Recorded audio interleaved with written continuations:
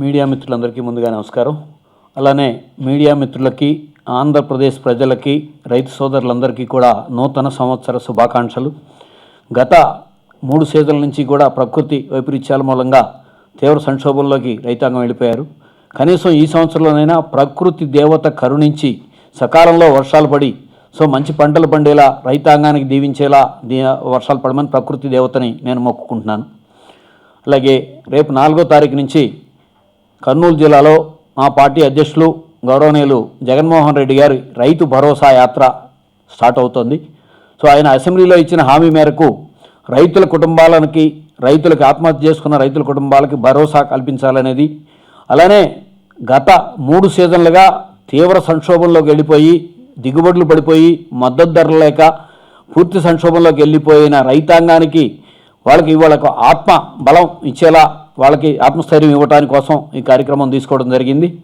సుమారుగా 5 నుంచి 6 రోజులు కర్నూలు జిల్లాలో జగన్మోహన్ రెడ్డి గారి భరోసా యాత్ర జరుగుతుంది. అలాగే ఒక్కసారిగా ఈ సీజన్ తీసుకుంటే, ఈ ప్రభుత్వం ఏర్పడిన తర్వాత 3 ఖరీఫ్ సీజన్లు పూర్తయిపోయినాయి. జనరల్గా 5 ఖరీఫ్ సీజన్లు ఉంటాయి ఒక ప్రభుత్వ పాలనా కాలంలో. ఈ 3 ఖరీఫ్ సీజన్లలో 2014-15లో రాష్ట్ర వ్యాప్తంగా 238 మండలాలు కరువు మండలాలుగా ప్రభుత్వం డిక్లేర్ చేస్తే, రాయలసీమ 4 జిల్లాల్లోనే 155 మండలాలు కరువు మండలాలు. అలాగే 2015-16లో 359 మండలాలు రాష్ట్ర వ్యాప్తంగా కరువు మండలాలుగా డిక్లేర్ చేస్తే, 212 మండలాలు రాయలసీమ 4 జిల్లాల్లోనే కరువు మండలాలు. అలాగే 16-17లో 271 మండలాలు కరువు మండలాలుగా డిక్లేర్ చేస్తే, 184 మండలాలు రాయలసీమలోనే కరువు మండలాలు. అంటే ఈ 3 సీజన్లలోనూ కూడా రాయలసీమ 4 జిల్లాలు పూర్తి సంక్షోభంలోకి వెళ్ళిపోయినాయి. రాయలసీమలో పండే ప్రధాన పంటలైన వేరుశెనగ పంటను కన్నా తీసుకుంటే, రాష్ట్ర వ్యాప్తంగా 9.29 లక్షల హెక్టార్లు రాష్ట్ర వ్యాప్తంగా సాగు జరిగితే, ఒక్క రాయలసీమ జిల్లాలోనే 9 లక్షల హెక్టార్లు సాగు జరిగింది. అలాగే కంది పంట రాష్ట్ర వ్యాప్తంగా 3,24,000 హెక్టార్లు సాగు జరిగితే, 1,86,000 హెక్టార్లు ఒక రాయలసీమ 4 జిల్లాల్లోనే జరిగింది. అలాగే మద్దతు ధరలు కోల్పోయి పూర్తిగా రోడ్డు మీద పారేసుకున్న ఉల్లి పంటను తీసుకుంటే కూడా రాష్ట్ర వ్యాప్తంగా 28,804 హెక్టార్లు సాగు జరిగితే, రాయలసీమ జిల్లాలోనే 28,521 హెక్టార్లు సాగు జరిగింది. ప్రత్యేకంగా కర్నూలు జిల్లాలోనే 24,150 ఎకరాల్లో సాగు జరిగింది. అంటే ఈ పంటలు 3 కూడా 90% పంట వేరుశెనగ పంట మొత్తం కూడా వర్షాభావం మూలంగా దెబ్బతినిపోయింది. చివరికి పశువులకి, గొర్రెలకి కూడా మేపుకున్న పరిస్థితి. అలాగే కంది పంట దరిదాపుగా 70-80% కంప్లీట్గా ఈశాన్య ఋతుపవనాలు మొదలైన తర్వాత అక్టోబర్, నవంబర్ మాసాలు 2 కూడా state average deficit rainfall 82% deficit rainfall మూలంగా మీకు మళ్ళీ కంది పంట కూడా దెబ్బతినిపోయింది.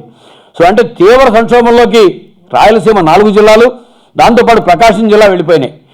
దీని మీద ఏంటంటే, కేంద్ర ప్రభుత్వానికి ఇంత సంక్షోభం ఉందని చెప్పి కనీసం తెలియజేయాల్సిన ముఖ్యమంత్రి గారు ఈ పీరియడ్లో గత సంవత్సరం గ్రోత్ రేట్ ఆయన 12% వ్యవసాయ రంగం గ్రోత్ రేట్ అని చెప్పడం జరిగింది. అంటే 359 మండలాలు కరువు మండలాలుగా డిక్లేర్ అయ్యి, సాగు ఏరియా సరాసరిన 7 లక్షల పైగా హెక్టార్లో సాగే జరగకుండా బీడుపడిపోతే, సాగుబడిన ప్రాంతంలో కూడా మళ్ళీ 15-20% చనిపోతే, దానికి 12% వ్యవసాయ రంగంలో గ్రోత్ రేట్ అని చెప్పారు. అలాగే ఈ సంవత్సరం తీసుకుంటే 5,24,000 హెక్టార్లో అసలు సాగే జరగలేదు. 12 నుంచి 15 లక్షల హెక్టార్లో ఆయిల్ సీడ్స్ కానీ, పప్పు ధాన్యాలు కానీ వేసిన పంటలు చనిపోయినాయి. మరలా 14%-15% గ్రోత్ రేట్ అని చెప్పి ముఖ్యమంత్రి గారు చెప్పబోతున్నారు. ఇంకోటి కూడా వారు చాలా వరకు ఆయన, ఎందుకంటే యాక్వా రంగంలో అలా ఇవాళ ఆయన మీటింగ్లో కూడా చెప్తుంది, అనుబంధ రంగాల్లో 24.5% గ్రోత్ రేట్ మేము సాధించామని చెప్పి. ఇదిగో మెరైన్ ఎక్స్పోర్ట్స్లో 2014-15లో 14,000 కోట్లు మేము ఎక్స్పోర్ట్ చేశామని చెప్పి ముఖ్యమంత్రి గారు స్వయంగా చెప్పడం జరిగింది. కానీ ఇది ఎంపెడా నుంచి డేటా తీస్తే రాష్ట్రాల నుంచి వెళ్ళింది 9,754 కోట్లు. 9,754 కోట్లు డేటా అఫీషియల్గా చెబుతుంటే 14,000 కోట్లు ఎక్స్పోర్ట్ చేశామని చెప్పి స్వయంగా ముఖ్యమంత్రి గారి స్థానంలో ఉన్న వ్యక్తి చెప్పటం. అలాగే ఈ సంవత్సరం తీసుకుంటే ఏప్రిల్ 1 నుంచి ఆగస్టు ఆఖరి దాకా కృష్ణానదీ ప్రాంతం మొత్తం కూడా ఎక్కడ కూడా వ్యవసాయానికి నీరు వెళ్ళా. కృష్ణానదీ బేసిన్లోనే చేపల పెంపకం ప్రధానం, రొయ్యల పెంపకం కూడా ప్రధానం. ఆగస్టు ఆఖరి దాకా కూడా 1000 హెక్టార్లో చెరువులు మొత్తం ఎండబడిపోయి ఉన్నాయి నీరు లేకుండా. అంటే సుమారుగా 5-6 నెలలు నీళ్ళు లేకుండా ఉండిపోతే, సెప్టెంబర్ నుంచి డిసెంబర్లో ఉన్న నీళ్ళతోనే ఇవాళకి మళ్ళీ దాంట్లో చాలా అబ్నార్మల్గా గ్రోత్ రేట్ సాధించామని. ఎందుకు ఇటువంటి విషయాలు? వాస్తవ విషయాలు కేంద్ర ప్రభుత్వానికి చెప్పి కేంద్ర ప్రభుత్వం నుంచి ఏదైనా సరే ఒక నిధులు రాబట్టుకోవాల్సిన పరిస్థితిలో ఒకనాడు 2005లో విదర్భ ప్యాకేజీని కేంద్ర ప్రభుత్వం ప్రకటించింది. అక్కడ 5 జిల్లాలకి 3,750 కోట్లు ఆత్మహత్యలు తీసుకుని విదర్భకి ప్రత్యేక ప్యాకేజీ ప్రకటించింది. ఈ సంవత్సరం కూడా వాస్తవమైన ఫిగర్లు కేంద్ర ప్రభుత్వానికి చెప్పి కేంద్ర ప్రభుత్వం నుంచి రాయలసీమ 4 జిల్లాలు అలాగే ప్రకాశం జిల్లాకి విదర్భ టైప్ ప్యాకేజీని డిమాండ్ చేసి తెచ్చుకోవాల్సిన పరిస్థితిలో కేంద్రంలో వృద్ధి రేటు కంటే మా రాష్ట్రంలో వృద్ధి రేటు ఎక్కువగా ఉందని చెప్పి ఒక మోసపూరితమైన మాటలు మాట్లాడుతున్నారు. సో అసలు చేపల పెంపకంలో ఇంతవరకు 100% వృద్ధి రేటు, గత సంవత్సరం 31% అంట, ఈ సంవత్సరం 45% అంట. అంటే ఆ 31% కూడా కలిపి 45% అంటే నియర్లీ 90% వృద్ధి రేటు అసలు దేని మీదైనా సాధ్యమేనా? సో ఆల్రెడీ చేపల పెంపకంలో రాష్ట్రం దేశంలోనే ప్రధానమైనగా ఉన్న రాష్ట్రంలో 90% వృద్ధి రేటు అనేది ఏమిటి ఫిగర్లు? సో ఇటువంటి వాటితో టోటల్గా ఒక మోసపూరితమైన కార్యక్రమంలో నడుస్తున్నారు ముఖ్యమంత్రి గారు. ఇది మంచి విధానం కాదు. వాస్తవ పరిస్థితులను చెప్పకుండా రాష్ట్రమేమో వ్యవసాయ రంగంలో పూర్తిగా దిగజారిపోతూ ఉంటే ఇవాళ రాష్ట్ర విభజన జరిగిన తర్వాత ఈ 3 ఖరీఫ్ సీజన్లో మనకంటే వెనకబడి ఉన్న తెలంగాణ ప్రాంతంలోనేమో వాళ్ళ సాధారణ సాగు కంటే ఎక్కువగా సాధారణ సాగు జరుగుతుంది ఖరీఫ్ అండ్ రబీలో కూడా. కానీ మన దగ్గరికి వచ్చేటప్పటికి ఈ రోజున రబీలో కూడా తీసుకుంటే ఇవాళ కూడా మళ్ళీ మీకు ఈశాన్య ఋతుపవనాలు వచ్చిన తర్వాత అక్టోబర్ నవంబర్ నెలలో అసలు కంప్లీట్గా అసలు వర్షపాతమే లేదు. మళ్ళీ తుఫాన్ వచ్చిన తర్వాత కొద్దిగా వర్షం పడింది. సో ఇప్పటికీ కూడా జరగాల్సిన సాధారణ సాగులో 15 లక్షల హెక్టార్లు సాధారణ సాగు మన 28వ తారీఖు జరగాల్సి ఉంటే 11.9 లక్షల హెక్టార్లోనే సాధారణ సాగు జరిగింది. సో 48% మాత్రమే రబీలో కూడా సాగు జరిగింది. డేటాలు మీది ఆంధ్రప్రదేశ్ వెబ్సైట్ నుంచి తీసింది, వ్యవసాయ శాఖ నుంచి. మీ డేటాలో ఈ రకంగా చెప్తుంటే తీవ్ర సంక్షోభంలోకి ఉన్నాయని, అలాగే అన్ని పత్రికలు కూడా ఈ విషయంలోకి వచ్చేటికి కరువు విషయంలో అన్ని పత్రికలు వాస్తవాలే చెప్తున్నాయి. ఇదిగో దుర్భిక్ష ఆంధ్రప్రదేశ్ ఖరీఫ్లో, ఇదిగో పశువులకు మేతైన పచ్చని పైరు రాయలసీమ జిల్లాలో వేరుశనగ మొత్తం. సో ఇటువంటి డేటాలన్నీ 3వ వంతు కరువే, కాటేస్తున్న క్షామం, ఇవన్నీ ఇట్లా ఉంటే సో మేమేదో వర్షం లేకపోయినా వృద్ధి రేటు సాధించేశాం, దేశ వృద్ధి రేటు కంటే చాలా ఎక్కువగా సాధించాం. ఇవన్నీ కూడా మీ అఫీషియల్ వెబ్సైట్లోనే డేటాలో నుంచి అది అబద్ధం అని చెప్తుంటే ఎందుకు ఇటువంటి విషయాలు మాట్లాడుతున్నారు ముఖ్యమంత్రి గారు? ముఖ్యమంత్రి స్థానంలో ఉన్న బాధ్యత కలిగిన వ్యక్తి మీరు. బాధ్యతాయుత స్థానంలో ఉన్నప్పుడు ప్రజలు గౌరవించేలా మాట్లాడాల్సిన అవసరం ఉంది, వాస్తవ ఫిగర్స్ చెప్పాల్సిన అవసరం ఉంది. అది కాకుండా నేనేదో గొప్పలకు పోయి రాష్ట్రానికి రావాల్సిన కేంద్రం నుంచి రావాల్సిన నిధులను కూడా ఈ రూపేణా మీరు కంప్లీట్గా రాకుండా చేస్తున్నారు. ఇది మంచి విధానం కాదు ముఖ్యమంత్రి గారు. అలాగే ఈరోజు కర్నూలు జిల్లాలో ముఖ్యమంత్రి గారు మొత్తుమర్రి లిఫ్ట్ ఇరిగేషన్ స్కీమ్ని ప్రారంభిస్తూ ఒక విషయాన్ని మాట్లాడారు. అంటే ఎవరైనా మంచి చేస్తే వాళ్ళని ప్రజలు గుర్తుపెట్టుకుంటారని చాలా మంచి మాట మాట్లాడారు. గోదావరి జిల్లాలో అంటే బ్రిటిషర్స్ గో బ్యాక్ అని ఉద్యమం చేసిన మనమే అదే తెల్ల జాతీయుడు సర్ ఆర్థర్ కాటన్ని విగ్రహాలు పెట్టుకున్నారని. సో చాలా సంతోషం. ఇప్పుడు అదే తర్వాత ఇవాళ మీరు మాట్లాడే ప్రాజెక్ట్స్ అన్నీ కూడా ఇవాళ ముచ్చుమర్రి ప్రాజెక్ట్ ఎవరు చేపట్టారు? 95 నుంచి 2004 దాకా కేసీ కెనాల్ నుంచి వచ్చే నీళ్లు తగ్గిపోతున్నాయి. 39.9 టీఎంసీలు కేసీ కెనాల్కి రావాల్సి ఉంటే మాకు రావట్లేదు. సో సుంకేసుల బ్యారేజ్ నుంచి పూడితో నీళ్లు రావట్లేదని చెప్పి రైతాంగం ఉద్యమం చేశారు, రోడ్డు ఎక్కారు. కానీ కనీసం ముచ్చుమర్రి లిఫ్ట్ ఇరిగేషన్ స్కీమ్ గురించి మీరు ఎక్కువ ఆలోచన కూడా చేయలే. దాన్ని రాజశేఖర్ రెడ్డి గారు కంప్లీట్గా 2007 ఆగస్టు 31 శంకుస్థాపన చేశారు. 90% పని రాజశేఖర రెడ్డి గారు ముఖ్యమంత్రిగా ఉండగానే పూర్తయింది. ఆ తర్వాత ప్రభుత్వం 5% పూర్తి చేసింది. ఇవాళ మీరు రిమైనింగ్ 5% పూర్తి చేసి దానికి మంచిది ప్రాజెక్టు పూర్తి చేయాలి. ఆ తర్వాత గండికోట విషయంలో మీ 9 సంవత్సరాల్లో గండికోట ప్రాజెక్టు గురించి ఏమైనా ఒక్కసారైనా ఆలోచన చేశారా? సో తెలుగంగ ప్రాజెక్ట్ మొత్తం ఎన్టీ రామారావు గారి పీరియడ్లో మొదలుపెట్టారు. హంద్రీనీవా ప్రాజెక్ట్ ఎన్టీ రామారావు గారి పీరియడ్లో మొదలుపెట్టారు. మీ 9 ఏళ్లలో 1% కూడా వాటికి నిధులు కేటాయించలా, ఏమీ చేయలా. మళ్ళీ తిరిగి రాజశేఖర రెడ్డి గారు వచ్చిన తర్వాత కంప్లీట్గా ఈ రోజున హంద్రీనీవా పథకం ఇవాళ 12 పంప్ సెట్లతో పూర్తయింది. అంటే 3500 క్యూసెక్కుల కెపాసిటీతో పూర్తయ్యి ఇవాళకి కూడా ఫస్ట్ ఫేజ్ దాకా నీళ్లు ఇవాళ వెళ్ళి అంటే అది ఈ రోజునే వెళ్ళలేదు ముఖ్యమంత్రి గారు.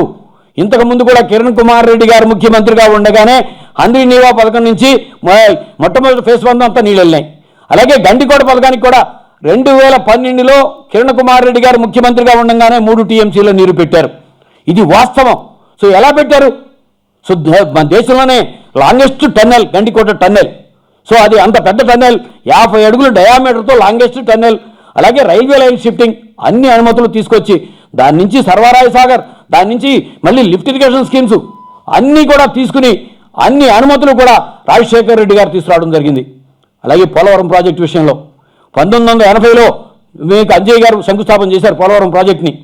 అప్పటి నుంచి తర్వాత కాంగ్రెస్ ప్రభుత్వాలు కానీ అలాగే మీ 9 ఏళ్ల పాలన కానీ పోలవరం గురించి ఒక్కరి మాట కూడా ఆలోచన చేయలే. సో పశ్చిమ గోదావరి జిల్లా నుంచి తెలుగుదేశం పార్టీ నుంచి ఆయన జిల్లా పరిషత్ చైర్మన్ చేసిన మాజీ పార్లమెంట్ సభ్యులు ఎర్రా నారాయణ స్వామి గారు పోలవరం సాధనా సమితి పేరుతో ఉద్యమం చేస్తే ఆయనే అనేక వేదికల్లో చెప్పారు, నీకెందుకు ఆ ఉద్యమం చెయ్యొద్దని చంద్రబాబు నాయుడు గారికి కోప్పడ్డారని. మీరు ఏ రోజైనా పోలవరం ప్రాజెక్టు గురించి ఒక్క ఆలోచన చేశారా? చేయలే. సో దానికి అన్నీ కూడా దరిదాపుగా 80% అనుమతులు తీసుకొచ్చి 10,000 కోట్లతో ప్రాజెక్టుని మొదలుపెట్టి సో దరిదాపుగా 6,000 కోట్ల దాకా అప్పటికే ఖర్చు పెట్టడం జరిగింది. ఆ తర్వాత దాన్ని 16,000 కోట్లకు ప్రాజెక్టును తీసుకెళ్లారు. 16,000 కోట్ల నుంచి మీరు 2015 డిసెంబర్లోనేమో 32,000 కోట్లు అన్నారు. మరలా 2016లోకి వచ్చి ఆగస్టుకు వచ్చి మార్చికి వచ్చేటప్పటికి 40,200 కోట్లు అన్నారు. ఇవాటికి కూడా కేంద్ర ప్రభుత్వం 40,200 కోట్ల మీద నిధులు ఇస్తుందా, 16,000 కోట్ల మీద నిధులు ఇస్తుందా? ఇవాటికి కూడా క్లారిటీ లేదు. పోలవరం రైట్ కెనాల్ 130 కిలోమీటర్లు రాజశేఖర రెడ్డి గారు ఉండగానే తవ్వడం జరిగింది. లెఫ్ట్ కెనాల్ దర్యాపు 300 రాజశేఖర రెడ్డి గారు ఉండగానే తవ్వడం జరిగింది. సో ఈ ప్రాజెక్టులు ఆ తర్వాత పులిచింతల ప్రాజెక్ట్ ఎన్టీ రామారావు గారు 1988లో శంకుస్థాపన చేశారు. కానీ మీ 9 ఏళ్ల పాలనలో కనీసం పులిచింతల ప్రాజెక్ట్ తీసుకోవాలనే ఆలోచన కూడా మీకు కలగల. మరలా తిరిగి రాజశేఖర రెడ్డి గారు వచ్చిన తర్వాత పులిచింతల ప్రాజెక్టు మొత్తాన్ని కూడా తీసుకుని పులిచింతల ప్రాజెక్టుని దరిదాపుగా పూర్తి చేయడం జరిగింది. సో ఇప్పుడు కూడా కిరణ్ కుమార్ రెడ్డి గారి కాలంలో దాన్ని జాతికి అంకితం చేశారు. కానీ తెలంగాణ ప్రభుత్వానికి కేవలం 120 కోట్లు ల్యాండ్ ఎక్విజిషన్ కింద పూర్తి పేమెంట్ ఇవ్వక ఇవాటికి కూడా 45 టీఎంసీలు పెట్టుకోవాల్సిన పులిచింతల ప్రాజెక్టులో ఈ సంవత్సరం నీళ్ళు వస్తే కూడా కిందకు వదిలేసుకున్నాం. ఏమిటి ఇవన్నీ? సో మీరు చెప్పింది మాత్రమే వాస్తవం. ఎవరైతే చేశారో వాళ్ళని ప్రజలు తప్పనిసరిగా గుర్తుపెట్టుకుంటారు. దాంట్లో ఎటువంటి సందేహం లేదు. అందరికీ తెలిసిన విషయమే. ఇవాళ ఎక్కడికి వెళ్ళినా సరే ఈ ప్రాజెక్టులన్నీ కూడా కొంత ఎన్టీ రామారావు పీరియడ్లో కొన్ని మొదలు పెట్టడం జరిగింది.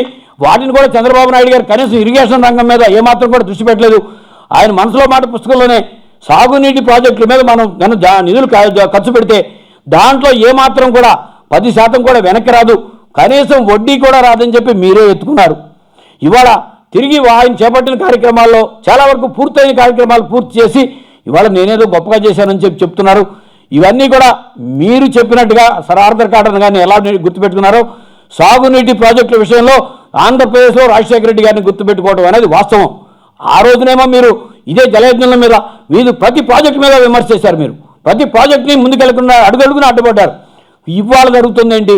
ఇవాళ కేవలం కాంట్రాక్టర్ల లబ్ధి జరగడం కోసం ఇవాళ తీసుకున్న దాంట్లో ఇవాళ అభివృద్ధి 2 అంకెల్లో ఉందో లేదో ఎవరు చెప్పట్లేదు. కానీ సో కరప్షన్లో మాత్రం దేశవ్యాప్తంగా ఆంధ్రప్రదేశ్ ముందుంది. దానికోసమే అబ్నార్మల్గా రేట్లన్నీ పెంచేస్తున్నారని చెప్పి అందరూ దేశవ్యాప్తంగా అందరూ చెప్తున్నారు. సో ఇది వాస్తవమైన పరిస్థితి. ఒక్కసారి దయచేసి ఎప్పుడు కూడా మంచి చేసిన వ్యక్తిని మంచిగా చెప్పుకోవాలి. సో ఎన్టీ రామారావు గారి మీద సుదీర్ఘ పోరాటం చేశాడు రాజశేఖర రెడ్డి గారు. కానీ ఎన్టీ రామారావు గారు చనిపోయిన తర్వాత ఎక్కడ కూడా ఎన్టీ రామారావు గారి గురించి ఒక విమర్శ ఇలా. అలాగే ఆయన చేసిన కార్యక్రమాలు ఎన్టీ రామారావు గారు పథకం ₹2 కిలో బియ్యం సో తిరిగి ₹5.35 మీరు తీసుకెళ్తే రాజశేఖర రెడ్డి గారు ముఖ్యమంత్రి కాగానే మరలా ఆ పథకాన్ని చెడుతూ ఆయన అసెంబ్లీలోనే డైరెక్ట్గా చెప్పారు, ఇది ఇప్పుడు నేను ₹2 కిలో బియ్యం పథకం ప్రవేశపెడితే కూడా ఇది ఎన్టీ రామారావు గారి పేటెంట్ పథకం, మరలా ఆయనకే పేరు వస్తుంది. అయినప్పటికీ కూడా ప్రజలకు ఉపయోగపడిన పథకం కాబట్టి నేను తిరిగి ప్రవేశపెడుతున్నాను అని చెప్పి అసెంబ్లీ సాక్షిగా చెప్పాడు రాజశేఖర రెడ్డి గారు. అది రాజకీయ విజ్ఞత. ఇప్పటికీ మీరు కాని కార్యక్రమాలు దరిదాపుగా 90% అదివరకే పూర్తయిపోయిన కార్యక్రమాల్లో ఆల్రెడీ ఇంతకుముందే ఇవాళ కూడా గండికోట గురించి గొప్పగా మాట్లాడారు, నిజం.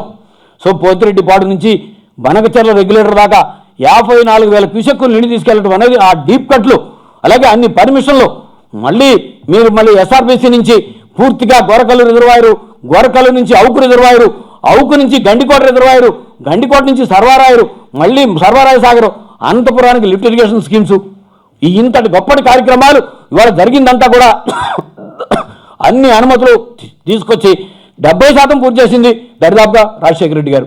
దురదృష్టవశాత్తు సో 2009 సెప్టెంబర్లో రాజశేఖర రెడ్డి గారు చనిపోవడం జరిగింది. అది ఆంధ్రప్రదేశ్ ప్రజల దురదృష్టం, రైతాంగం దురదృష్టం. లేకపోతే 2014 నాటికే కార్యక్రమాలు అన్నీ కూడా పూర్తి అయ్యి ఉండయి.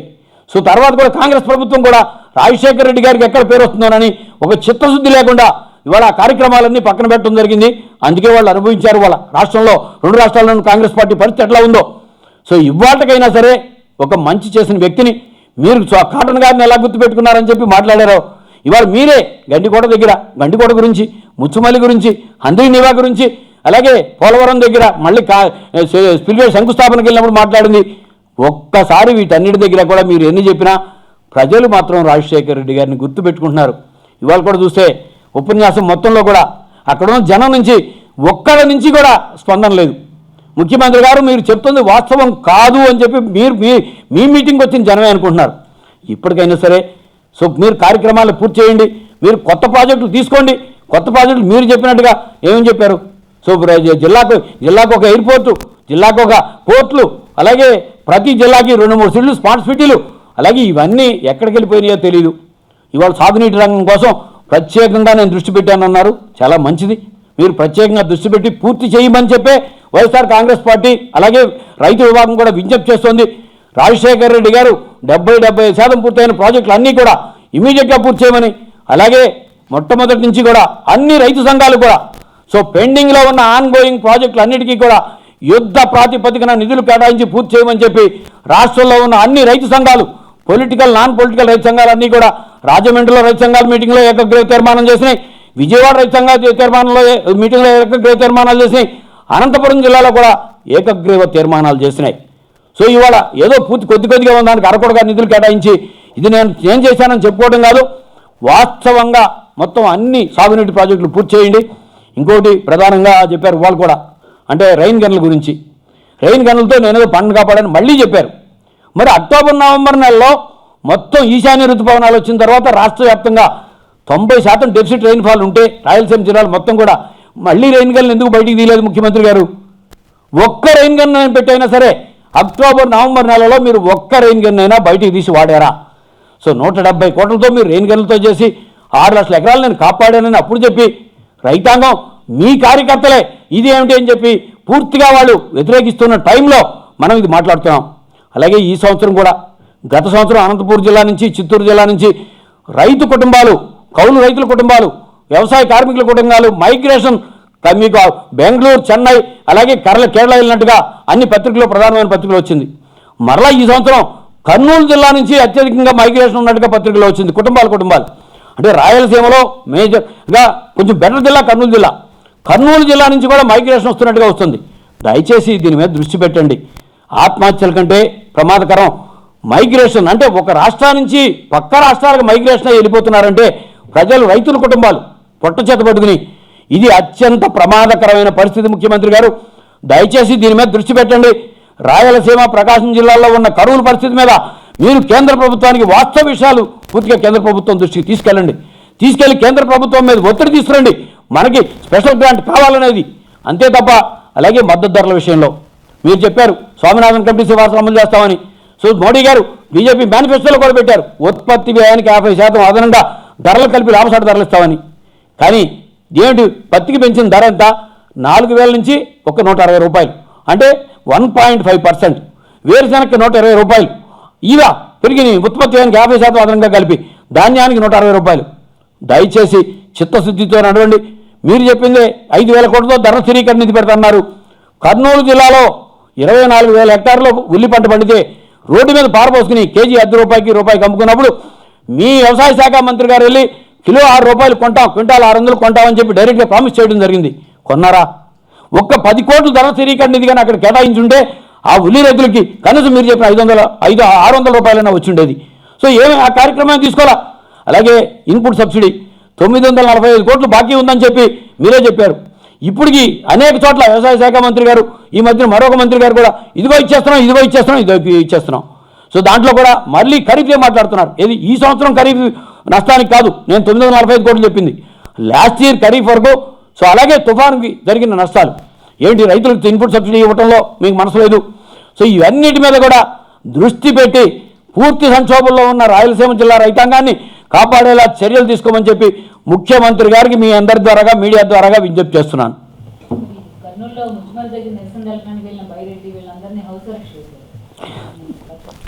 ఒకటి అంటే మొట్టమొదటిసారిగా ఇదివరకు ఎప్పుడు కూడా రైతు సంఘాలని హౌస్ అరెస్టులు చేయటం లేకపోతే అరెస్టులు చేయటం లేదు. మొట్టమొదటిగా ప్రకాశం జిల్లాలో పొగాకు రైతు ఆత్మహత్య చేసుకుంటే అతనికి న్యాయం చేయమని టొబాకో బోర్డు దగ్గర అన్ని రైతు సంఘాలు నిరసన చేసినాయి. 35 రోజుల తర్వాత నాన్ బెయిలబుల్ కేసు పెట్టి వాళ్ళని అరెస్ట్ చేసి 7 రోజులు జైల్లో ఉంచారు.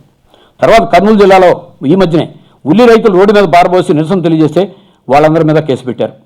అలాగే కొల్లా వెంకయ్య గారి అబ్బాయి ఆయన ఒక మార్క్సిస్ట్ పార్టీ నుంచి ఎంపీగా చేశారు. కొల్లా రాజమోహన్ రావు గారు గుంటూరు జిల్లాలో ముఖ్యమంత్రి గారి ప్రోగ్రాంకి నిరసన తెలియజేస్తారు అని చెప్పి, నిరసన కాదు అసలు రిప్రజెంటేషన్ ఇవ్వడానికి తెలియజేస్తారని చెప్పి తెలియజేయగానే హౌస్ అరెస్ట్ చేశారు. ఈ రోజున మరలా ఏంటి ముఖ్యమంత్రి గారి దగ్గరికి వెళ్ళి వాళ్ళకు రిప్రజెంటేషన్ ఇవ్వడానికి లేకపోతే ఒక నిరసన తెలియజేస్తారు. అదేం తప్పు కాదు కదా. ప్రజాస్వామ్యంలో ప్రజలు నిరసన తెలియజేయడం తప్పు కాదు కదా. మేము రైతులు లేకపోతే రైతులు ప్రజాస్వామ్యంలో ప్రతినిధులు వీళ్ళు, అది ఎవరైనా కావచ్చు. ఇదే సభలో ఎక్కడైనా సరే రాజశేఖర రెడ్డి గారు ముఖ్యమంత్రిగా ఉండగా వేదికలో నుంచి ఎవరైనా ఒక మహిళ లేచి ఏదైనా అడగపోతే ఆవిడ వేదిక మీదకి పిలిపించి మైక్ ఇచ్చి అమ్మ నీ సమస్య ఏంటో చెప్పనేవారు. అది ఆత్మవిశ్వాసం. ఈ రోజున ముఖ్యమంత్రి గారు పోలీస్ వ్యవస్థను అడ్డు పెట్టుకుని ఇదేదో మొత్తానికి ఎవరిని మాట్లాడనీయకుండా చేయాలి, ముఖ్యమంత్రి గారి కార్యక్రమాలుగా ఎమ్మెల్యేలను హౌస్ అరెస్ట్ చేయడం, మాజీ ఎమ్మెల్యేలను హౌస్ అరెస్ట్ చేయడం, రైతు సంఘాలను అరెస్ట్ చేయడం, దీన్ని మాత్రం పూర్తిగా మేము ఖండిస్తున్నాం.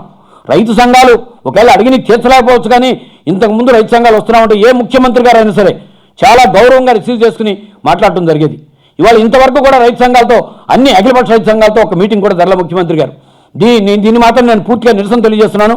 భవిష్యత్తులో రైతు సంఘాలు ఎప్పుడు కూడా పార్టీ అనుబంధ సంఘాలైనా రాజకీయ పార్టీలకు అనుబంధాలే, కానీ రైతు సంఘాలు ప్రభుత్వానికి సూచనలే చేస్తాయి తప్ప విమర్శించడానికి కాదు. మేము ముఖ్యమంత్రి గారి దగ్గరికి వచ్చేది, అయ్యా ఈ తప్పు జరుగుతుంది, దీని మీద పూర్తి మేము చెప్పడానికి వచ్చేదాన్ని అరెస్ట్ చేయటం అంటే